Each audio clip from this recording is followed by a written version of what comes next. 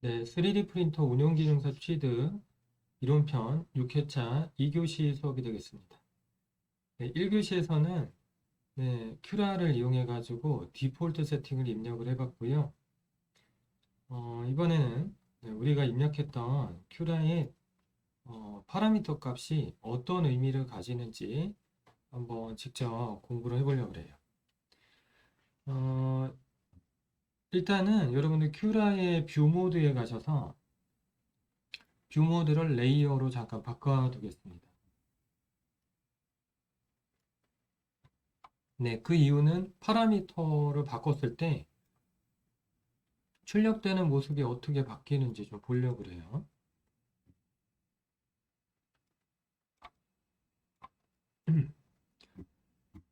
자, 첫 번째로 어, 레이어 하이트를 설명드리기 전에 제가 아까 조금 더 보충 설명한다 그런 게 있었죠. 바로 바닥이죠. 바닥을 조금 더 설명을 드리고 그리고 나서 파라미터를 살펴보도록 하겠습니다. 자, 우리 바닥을 안착하는 게 좋다라는 건데 안착이 안 돼도 되긴 돼요. 네, 근데 왜 좋은지 보고 넘어가겠습니다. 일단 바닥이 안착이 되어 있지 않으면 출력 성공률이 떨어지게 됩니다. 네, 그 대표적인 이유가 이 바닥이라는 공간은 3D 프린터에서 바닥이 하는 역할은 첫 번째 레이어가 깔리는 공간이기도 하지만 출력이 끝나면 우리가 이걸 회수를 해야 되잖아요. 그래서 아주 강하게 붙어 있지는 않거든요. 네, 출력하다 보면은 떨어지기도 하고 그런 일이 많습니다. 그리고 또 하나는 바닥이 아, 출력물이 처음에 이제 뜨겁게 나오잖아요.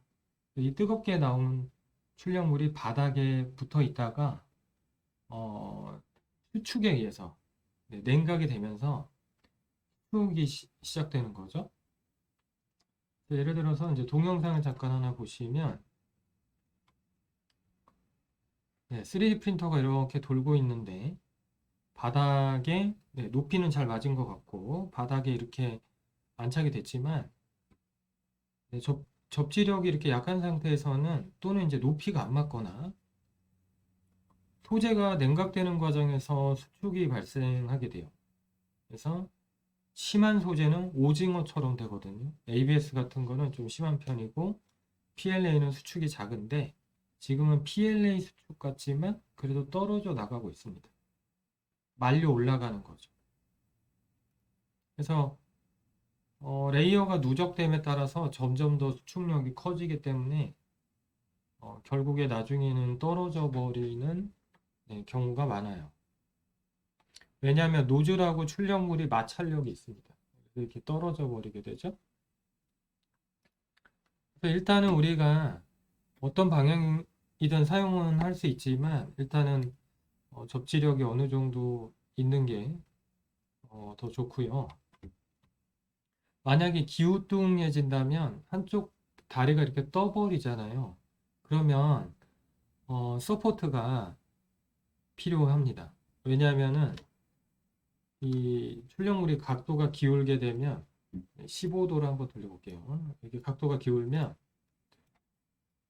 바닥에 붙어 있는 부분도 굉장히 작아지지만 공중에다가 소재를 출력할 수는 없거든요. 그러면 처지게 되죠. 이렇게 공중에 출력된 부분이 땅으로 쳐져 버리기 때문에 뭔가 받쳐줘야 돼요. 그래서 그것을 서포트라고 해요. 원래 본 출력물 외에 부가적으로 출력을 해야 되는 부분을 서포트라고 하고요. 네, 굳이 서포트를 만들 필요가 없었음에도 지금 보시면은 기울어졌기 때문에 이렇게 서포트를 만들어 가지고 지지하는 수밖에 없는 상황이 됐죠. 이 서포트는 나중에 제거할 수 있거든요. 근데 이제 그 원래 출력물하고 서포트가 조금은 붙어 있기 때문에 처리를 한다고 해도 처리 후각을 해도 다소 지저분해집니다. 그래서 출력 품질이 저하가 되고 또 출력 시간이 증가하는 원인이 돼요. 툴패스가 더 복잡해지고 서포트도 생성되고 어찌됐든 간에 줄어들 수가 없는 거죠. 출력 시간이. 그래서 굳이 바닥이 있다면 일부러 이렇게 할 이유는 없습니다. 하지만 이제 이런 경우가 있죠. 뭐냐면은 자, 3D 프린터의 특성상 거의 모든 방식의 특성상 출력 과정에서 가로 방향으로는 이제 결이 생긴단 말이죠. 이 결이 이 레이어가 만들어내는 결이 이런 이제 어떤 윗부분에선 등고선 같은 모양으로 나타날 수도 있고요. 품질이 낮다면. 그리고 이 레이어끼리는 이렇게 접합이 되어 있는데 아무래도 선으로 연결된 가로 방향보다 레이어끼리 출력 시간이 달라서 붙어 있는 높이 방향은 강도가 달라요. 그래서 이 레이어끼리는 접합력이 떨어져서 쪼개질 우려도 있습니다. 그래서 만약에 90도로 이렇게 돌리면 출력의 위상이 이제 달라지는 거죠. 네, 90도로 돌려서 형태를 보면 아까 등 부분에 생겼던 등고선이 없어졌죠. 지금은. 네, 대신에 그 형태가 이제 다른 데로 옮겨갔죠. 네, 그래서 내가 사용하려는 목적에 맞게 또는 이제 어느 부분을 품질을 조금 더 치중을 할 것이냐, 좀 더 향상시킬 것이냐에 따라서 출력물의 방향을 미리 다른 설정을 하시기 전에 잡아 주셔야겠습니다. 자, 그리고 이제 넘어가셔서 자, 우리 드디어 시험에 많이 나오는 파라미터에 대한 설명을 하게 됐습니다. 이거 이제 시험에서 많이 볼 수 있는 3D 프린터의 파라미터고요. 대개 이제 기능사 시험에서는 뭐 특정한 툴이나 특정 소재에 쓰이는 독특한 형태의 파라미터가 문제로 나오진 않아요. 그렇게는 잘 안 나오고 보편적인 기준으로 많이 나옵니다. 뭐 ABS보다는 이제 PLA를 좀 더 기준으로 하고요. 큐라에서 다루는 이제 보편적인 파라미터 정도가 시험에 나온다고 보시면 되겠어요. 자, 그래서 일단은 뷰 모드를 레이어로 바꿔주시고요. 디폴트 파라미터에서의 출력되는 모양을 잠깐 한번 봐둡니다.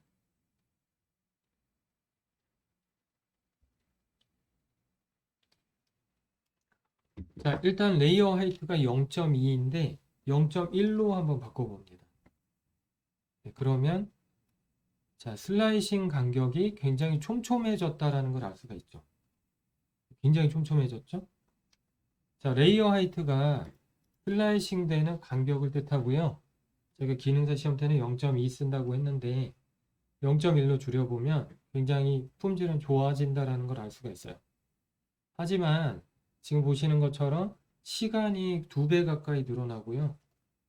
FDM 같은 경우는 0.1 밑으로 내려가면 굉장히 작은 양을 소재를 토출을 해야 되기 때문에 플로우가 나빠져서 거기에 대한 배려를 조금 하셔서 출력하셔야 다른 품질 저하를 막을 수 있겠습니다. 레이어 하이트는 뭐 그렇게 어렵지 않죠. 액상은 또 0.025, 0.05 이런 정도로 좀 더 미세하게 쓰기 때문에 레이어가 잘 안 보이죠. 그러니까 레이어 하이트가 곧 품질에 직결이 돼요. 자, 두 번째로 쉘 티크니스가 0.8입니다. 자, 중간 정도로 가보시면 빨간색 선하고 녹색 선을 보실 수가 있는데 각 하나씩 있죠. 빨간색 선이 가장 바깥쪽을 나타내는 쉘이에요. 아우터 쉘이라고 부르고 녹색 선을 이너 쉘이라고 합니다. 그래서 그 말이 어드밴시드에 가면 나오거든요. 어드밴시드에 가시면 이제 속도에 나옵니다. 아우터 쉘, 이너 쉘 이렇게 나오죠. 자, 아우터 쉘이 제일 중요한 쉘이에요. 왜냐면은 외관이니까. 녹색은 안 보이잖아요. 빨간색이 가려서. 자, 바로 이 쉘의 두께를 결정하는 게 쉘 티크니스가 되겠습니다. 자, 0.8이라는 숫자는 어떻게 나온 거냐면 노즐 사이즈의 배수예요. 이 숫자가. 노즐이 한번 이렇게 지나가게 되면 노즐 구멍 크기만한 출력물이 나오거든요.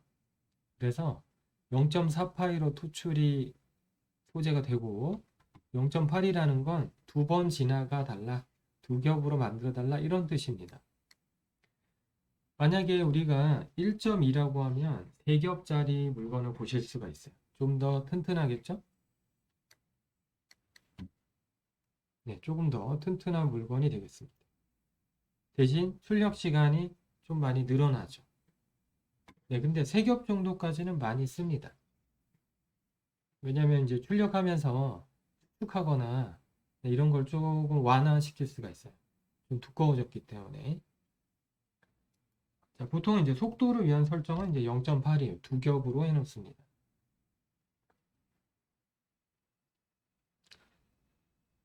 자, 그리고 리트렉션이라는 말이 나오는데 요거는 일단 한다라고 체크를 해 주시고 요 부분은 속도 설명드릴 때 제가 같이 설명드릴게요. 자, 그리고 바텀 탑 티크니스는 바닥과 천정의 두께를 뜻하고요. 자, 바닥은 레이어 첫 번째부터가 바닥이에요. 평평한 부분. 자, 우리가 레이어 하이트를 0.2로 했기 때문에 바텀 탑 티크니스를 1로 한다면 0.2mm씩 5겹을 쌓아달라 이런 뜻입니다. 그쵸? 자, 보통은 이 5겹 정도가 일반적이고요. 속도에서는. 자, 조금 올라가다 보면은 이 5겹을 다 쌓고 나서야 지금 보시는 것처럼 비어 있는 부분이 나타나기 시작합니다. 자, 그리고 토끼 맨 위로 가보면 자, 이렇게 우리 내부 격자가 있는 부분을 소재가 이렇게 덮어가지고 네, 닫아서 솔리드 형태를 만드는 거죠. 만약에 탑 티크니스가 너무 얇다면 네, 5겹이 아니라 3겹이거나 그러면 조금 문제가 생길 수 있는데요. 이 내부를 소재로 이렇게 덮다 보면 소재가 처음에는 뜨겁게 나오기 때문에 소재가 다리를 건너가기 전에 처져 버리거나 끊어집니다. 그래서 구멍이 나 보여요, 나중에. 그렇기 때문에 충분히 윗면을 덮을 수 있도록 1 정도로 설정을 하고요. 참고로 탑 티크니스는 평평한 면에만 적용이 돼요.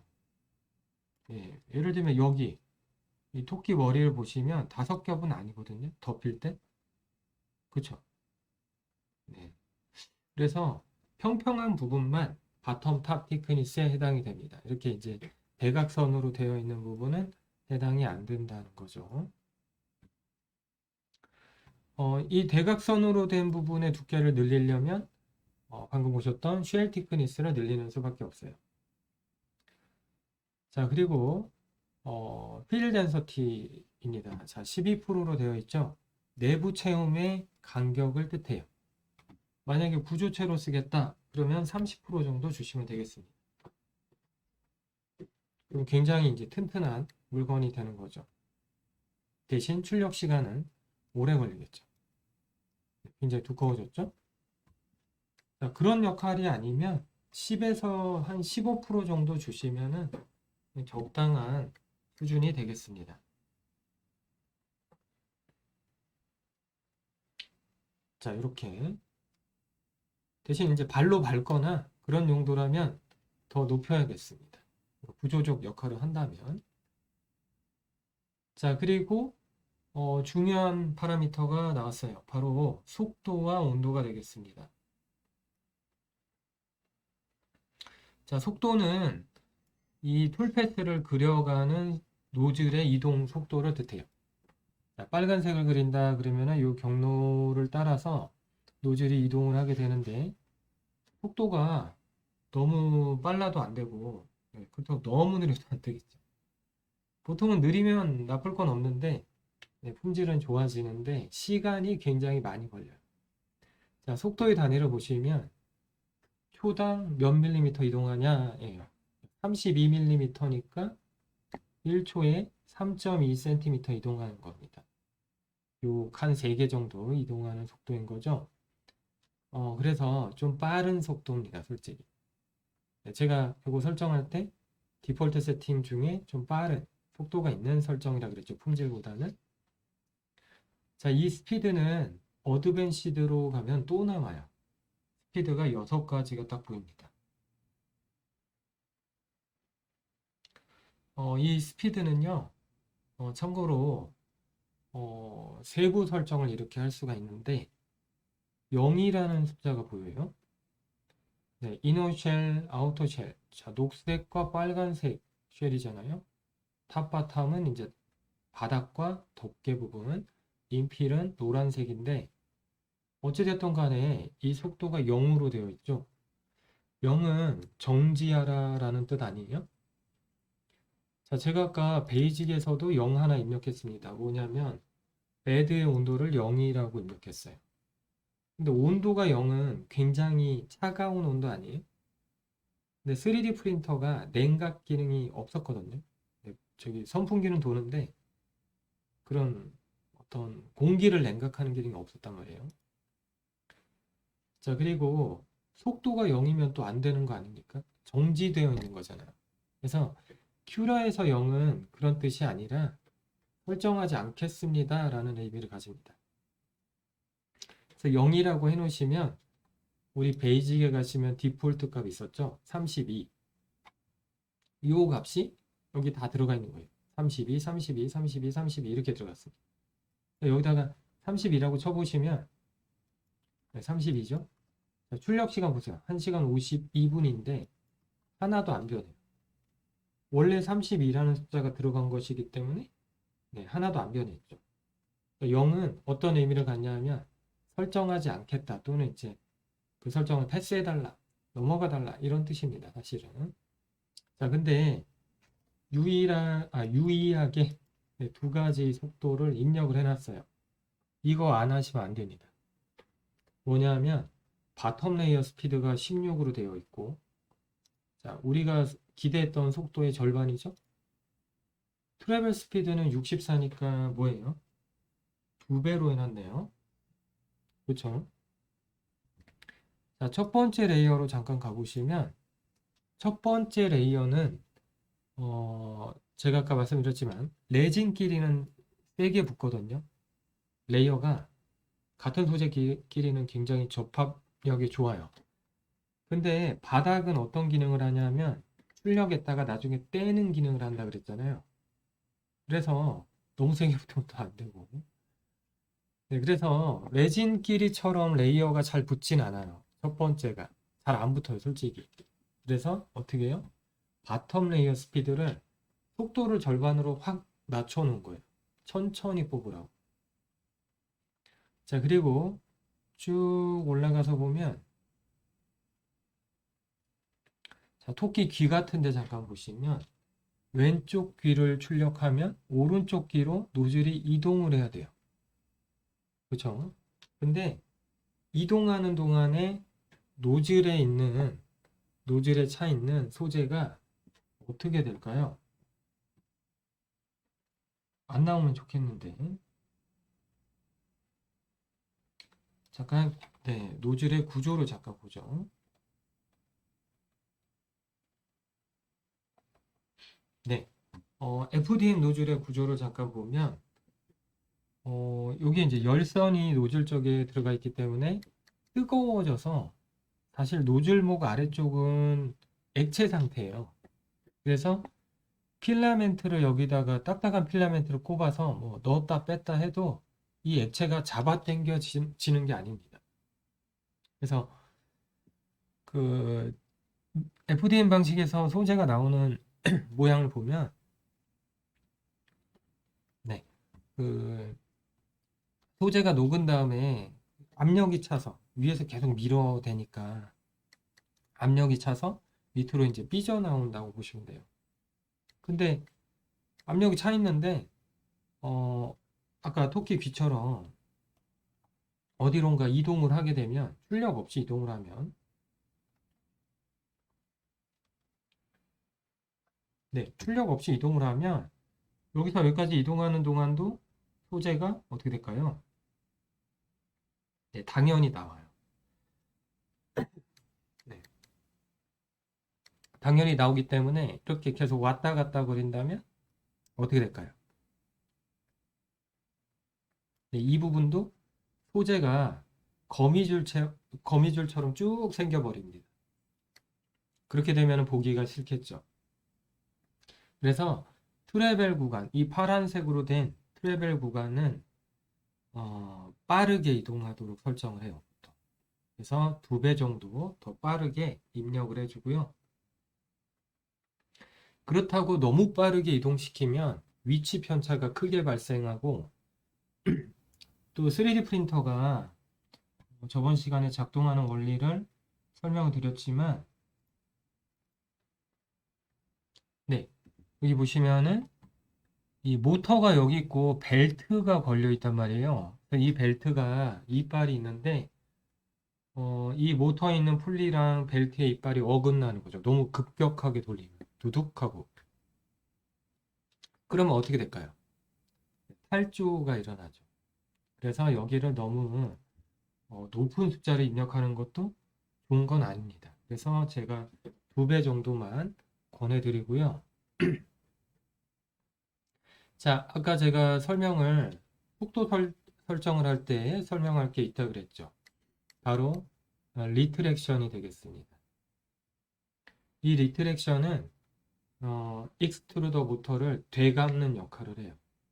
필라멘트에 소재를 이렇게 주입을 하는 모터가 거꾸로 돌게 만드는 게 리트랙션인데요. 네, 소재가 이렇게 들어가는데 여기 있죠. 여기 모터가, 소재를 잡아당기는 모터가 있는데 소재를 이렇게 쭉 밀어 넣기만 하는 게 아니라 이렇게 출력이 없는 구간에서는 필라멘트를 반대로 잡아당겨 가지고 압력을 떨어뜨리는 역할을 해줘요. 그래서 그 동작을 리트랙션이라고 합니다. 반대로 역회전 시키는 거예요. 네, 이게 잘 나오는지 한번 볼까요? 네, 3D 프린터가 이제 돌고 있는 모습인데요. 네, 익스트루더 모터가 좀 나왔으면 더 좋을 뻔했습니다. 네, 이 위에 모터가 있어요. 이 노즐 위에 모터가. 이렇게 출력만 하는 게 아니라 3D 프린터가 출력을 하다 보면 한복 그리기를 못하니까 어디론가 출력 없이 이동하게 돼요. 네, 조금 넘어가 보죠.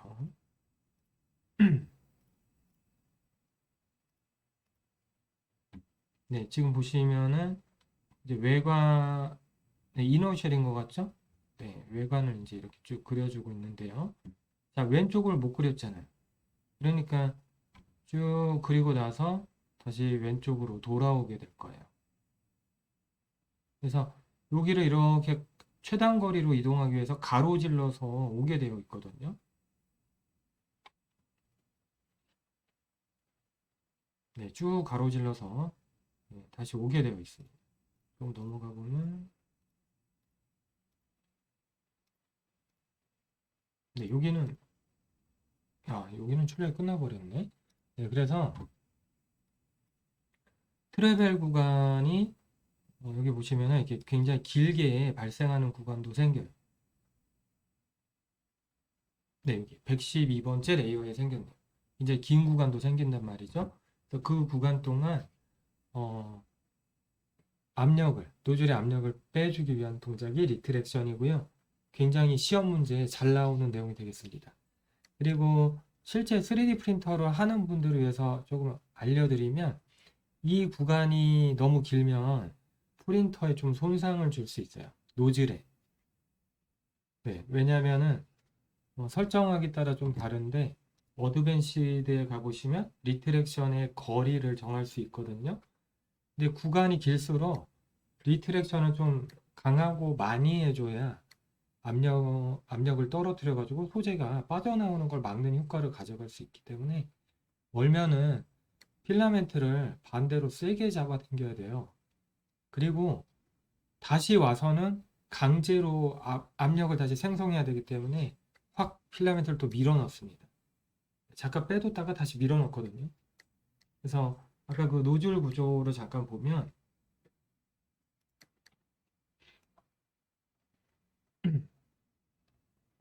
네, 노즐 구조를 보면 노즐에는 테프론 튜브가 들어가 있어요. 이 튜브가 하는 역할은 저번 시간에 말씀드렸지만 녹아있는 소재가 금속 부분에 어, 이렇게 달라붙어가지고 막히는 증상을 막아주는 거죠, 사실 이 튜브가.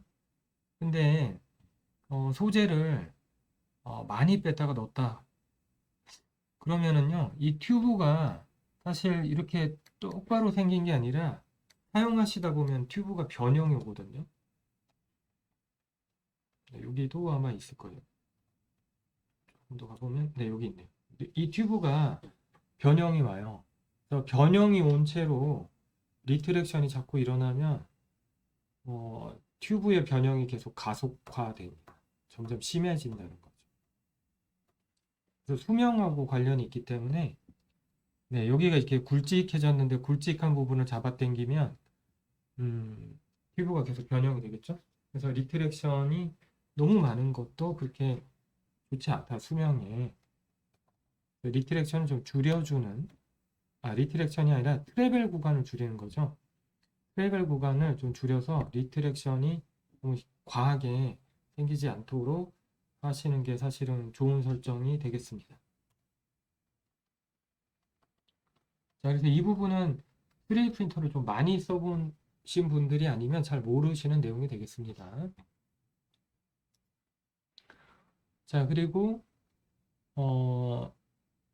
네, 스피드에 대해서 설명드렸고요. 자, 프린팅 템퍼레이처가 이제 온도예요. 온도인데 노즐의 온도.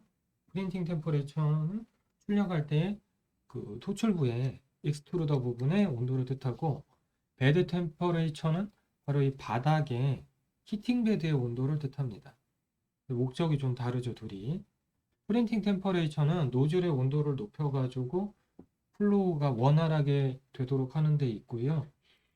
PLA는 210도고 ABS는 240도를 많이 쓰고 프린터마다 또는 이제 소재마다 저 값이 약간 다를 수가 있어요. 측정하는 위치에 따라 다르게 측정되기도 하고. 그래서 210도와 240도는 평균적인 값이 되겠습니다. 그래서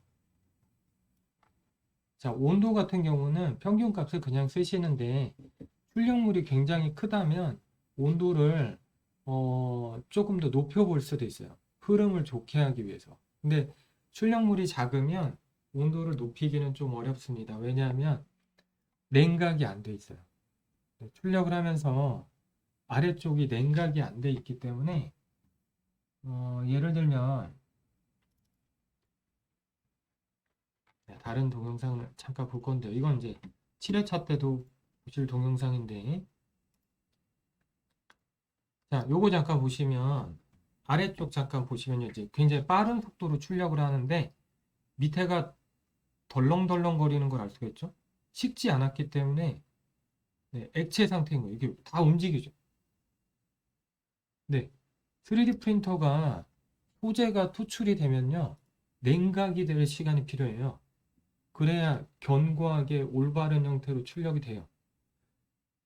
근데 물건이 너무 작아버리면 식힐 시간이 없잖아요. 그래서 팬이 꼭 그 노즐 목에만 가 있는 게 아니라 팬의 바람이 그 노즐 끝부분에도 나오도록 설정이 되어 있어요. 출력되고 나서 냉각이 되도록. 안 그러면 수축도 심해지니까요. 자, 그래서 출력물의 크기에 따라서 또는 속도에 따라서 워낙 저기 플로우의 상황에 따라서 이 온도가 약간 가변적으로 적용될 수가 있습니다. 근데 기능사 시험 때는 그렇게 구체적으로까지는 나오진 않습니다. 소재별로 온도 정도를 알고 계시면 되고, 또 필라멘트를 이제 교체를 할 일이 있잖아요. 그러면 어떻게 해요? 필라멘트를 교체를 할 때 출력 온도만큼 온도를 올려주죠. 온도를 올려가지고 녹아있는 상태에서 소재를 빼고, 또 그 노즐이 뜨거워야 또 필라멘트가 삽입이 되거든요. 그래서 소재를 넣고 뺄 때 온도를 주는 경우와, 그때도 이제 온도를 조금 달리하는 경우가 있는데요. 그 노즐을 보호하기 위해서 좀 더 고온으로 작업을 하죠. 그리고 출력할 때 소재 온도에 맞게 설정해야 된다 정도만 기능사 시험에 나올 겁니다. 그리고 아까 말씀드렸지만 출력 레이어를 이렇게 하나를 출력을 하면 이 레이어도 냉각되는 시간이 조금 필요하다 그랬죠. 그래서 어드밴시드에 가면은 쿨이라는 옵션이 있었어요. 냉각이란 뜻인데 미니멀 레이어 타임이 있습니다. 5초 되어 있죠. 만약에 출력을 했는데 이렇게 레이어를 하나를 그렸더니 시간이 5초가 안 됐어요. 그러면 밑에가 아까 보셨듯이 냉각이 안 되어 있거든요. 그래서 이 경우에 시간을 지연해 달라는 설정을 할 수가 있습니다. 자, Q라는 두 가지가 보이는데 팬을 좀 더 세게 돌리는, 냉각을 조금 더 세게 하는 방법이 하나가 옵션에 있고, 또 하나는 쿨 헤드 리프트라고 노즐을 위로 잠깐 들어주는 거죠. 이거 눈으로 볼 수 있는지 잠깐 볼까요? 네, 될 것도 같고.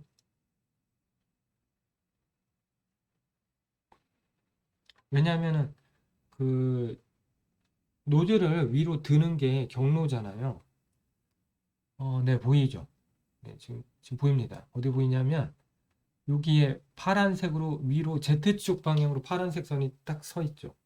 출력을 하고 노즐을 위로 살짝 들어서 잠깐 기다린다라는 옵션이 되겠습니다. 왜 들어서 기다려야 되냐면 노즐이 뜨거우니까 원래 출력해 놓은 부분이 녹아버릴 수가 있죠. 그래서 냉각 시간을 확보하기 위한 이런 옵션도, 세부 옵션도 사실은 있었어요. 참고로 이게 우리가 이제 뭐 이런 원기둥 모양을 냉각이 안 된 상태에서 계속 돌려서 출력하면 여기가 우리 왜 아이스바 중에 스크류바 있죠? 그것처럼 이렇게 뱅글뱅글 돌아가요. 마찰 때문에. 그래서 제대로 된 형태를 얻으려면 냉각 시간이 필요할 수 있다라는 겁니다. 온도에서. 자, 그리고 베드 템퍼레이처는 중요해요. 이것도 시험에 굉장히 잘 나올 수 있는 내용이 되겠습니다. 베드 템퍼레이처는 바닥에 바닥이 이제 히팅 베드인 경우에 쓸 수가 있는데요. 보통은 이제 PLA 소재인 경우는 40에서 50도 정도를 쓰고, 또는 이제 바닥이 우레탄 베드인 경우가 있어요. 우레탄 베드는 우레탄이 좀 뜨거워지면 점도가 생겨서 출력물의 이제 접착력을 향상시키는 효과가 있거든요. 그래서 그런 경우 한 65도 정도 쓰고요. 자, 그리고 ABS 같은 경우는 베드를 100에서 110도 정도로 굉장히 뜨겁게 씁니다. 왜냐하면 ABS는 4, 50도 정도에서는 이미 다 딱딱하게 굳어버려요. 그래서 점도가 거의 없기 때문에 바닥에 잘 안 붙고, 또 수축이 굉장히 많이 오기 때문에 출력에 실패할 가능성이 굉장히 커요. 첫 번째 레이어부터 실패할 가능성이 굉장히 크다라는 거예요. 그래서 온도를 주는 방법이 다릅니다. 자, 대개 바닥에 온도를 주는 경우는 어떤 사례가 있냐면 수축이 우려가 돼서 천천히 식도록 하는 효과가 있고, 그러니까 수축을 좀 막아주는 거죠. 그리고 또 하나는 출력물이 바닥에 잘 붙게 해주는 효과가 있고요. 자, 그리고 그 두 가지가 가장 대표적인 목적이라고 할 수 있겠습니다. 지금 이제 토끼 같은 거는 좀 원형에 가깝고 바닥이 수축이 빨리 올 만한, 심하게 올 만한 부분이 없어서 굳이 베드를 히팅 베드를 쓰지 않아도 출력이 되는 형상이긴 해요. 근데 이제 아까도 이제 하나 동영상을 보셨지만 뭐 그런 형상도 있고 아니면 좀 긴 형상 뭐 이런 것들 보시면은 사각형인 경우는 모서리가 더 빨리 식거든요. 그래서 모서리 부분이 먼저 이제 떠오르는 거죠. 이런 경우에는 축을 막기 위해서 히팅 베드를 쓰시는 게 좋겠습니다. 그리고 또 이런 경우도 있죠. 베드가 알루미늄 베드 같은 거라 굉장히 냉각이 빠른 경우가 있어요. 출력을 하고 나서 너무 빨리 식는 거죠. 그래서 금속성 베드인 경우는 거의 히팅 베드라고 보시면 되겠습니다. 반면에 이제 냉각이 좀 느릴 수 있는 라미네이트나 아니면은 뭐 유리에다가 뭐 마스킹 테이프 같은 거 붙여서 쓰신다든지 그러면은 히팅 베드가 꼭 아니어도 이렇게 열 전도가 느린 마스킹 테이프 같은 거를 붙여서 쓴다든지 그러면은 온도를 주지 않더라도 어느 정도 잘 붙는 편이에요. 그래서 그 베드의 형상에 따라서 그러니까 베드의 재질에 따라서 히팅 베드를 쓸 수도 있고 쓰지 않을 수도 있고 출력물 바닥의 형상에 따라서도 조금 달라질 수 있다. 그렇게 아시면 되겠습니다.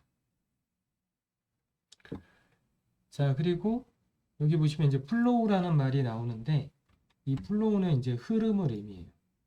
뭐의 흐름이냐면 소재의 흐름이고 다른 말로 하면 공급량이 되겠습니다. 그래서 100%로 되어 있으면 소재가 내가 생각한 게 아니라 이제 슬라이싱 프로그램이 생각한 양만큼 공급이 되는 거고 예를 들어서 우리가 여기를 120%로 바꿔주면 큐라에서 계산한 소재의 양보다 20%더 공급해라, 과토출해라 이런 뜻이 되겠습니다. 그래서 이거는 소재에 따라서 소재의 압력에 의해서 잘 공급이 모자라거나 그런 경우도 있어요.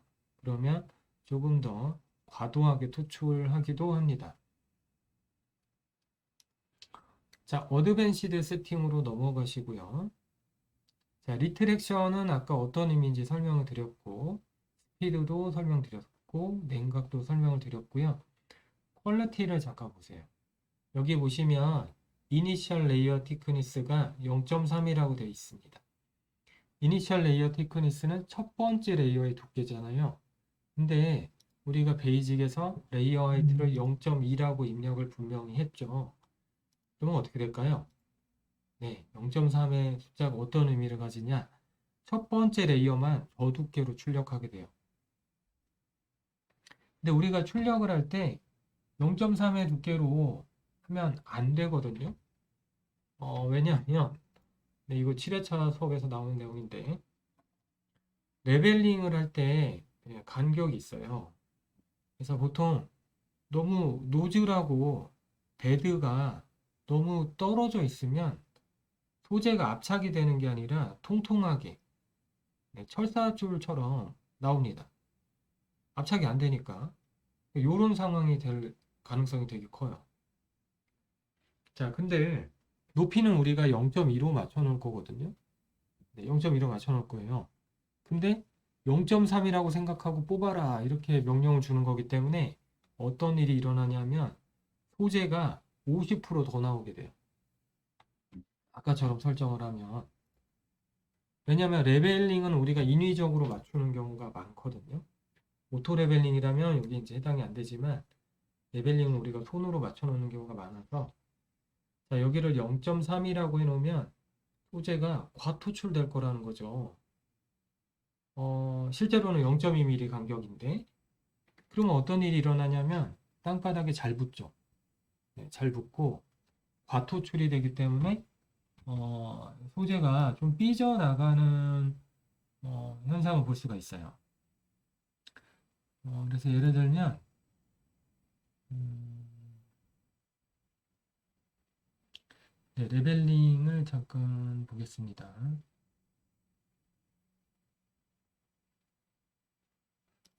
자, 예를 들면은 소재가 삐져나가면 이제 바닥이 and quickly wipe the bed. 어떤 모양이 되는지 Corner. You will see gaps between individual lines. In any case, after 자, 여기 보시면 네, 요거 잠깐 보시면 요 상황은 이제 베드가 높이가 안 맞아서 베드가 높아진 상황이에요. 그러니까 소재 공급량에 비해서 두께는 이제 가늘어진 상황인데 이게 옆으로 삐져나가는 걸 보실 수가 있습니다. 그런 상황인 거죠. 요게 정상이고 이 정도 느낌이.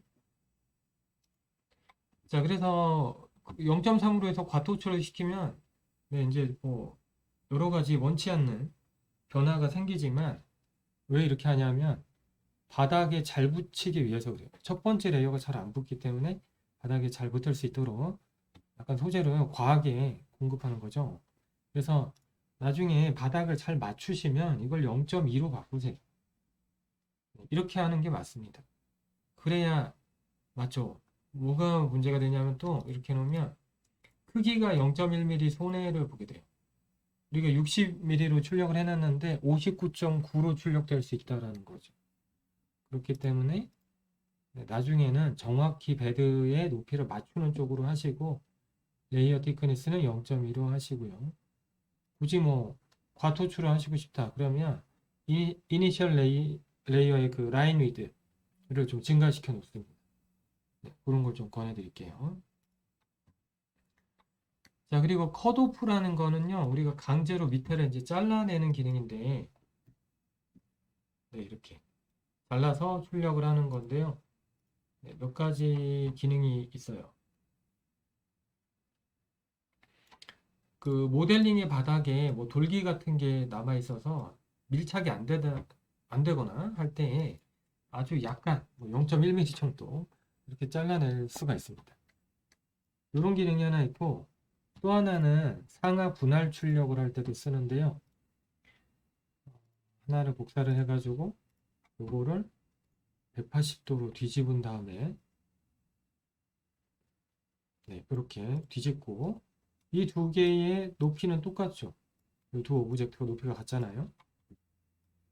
그래서 잠깐 스케일을 보시면 높이가 60으로 돼 있죠.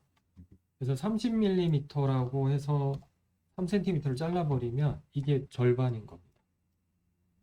네, 각기 출력해서 반반 붙여볼 수가 있어요. 왜 이렇게 하냐? 네, 붙일 때가 있거든요. 네, 왜 그러냐면 서포트를 줄이는 효과가 있습니다. 서포트를. 네, 그리고 서포트가 등에 생기는 게 싫을 때도 이렇게 하고요. 물론 이제 툴을 이용해서 정확히 잘라 오시는 게 맞죠. 내가 원하는 높이에서 분할하시는 게 원래는 맞겠습니다. 자, 그래서 우리가 베이직이랑 어드밴시드에 있는 파라미터를 한번 다 살펴봤고요.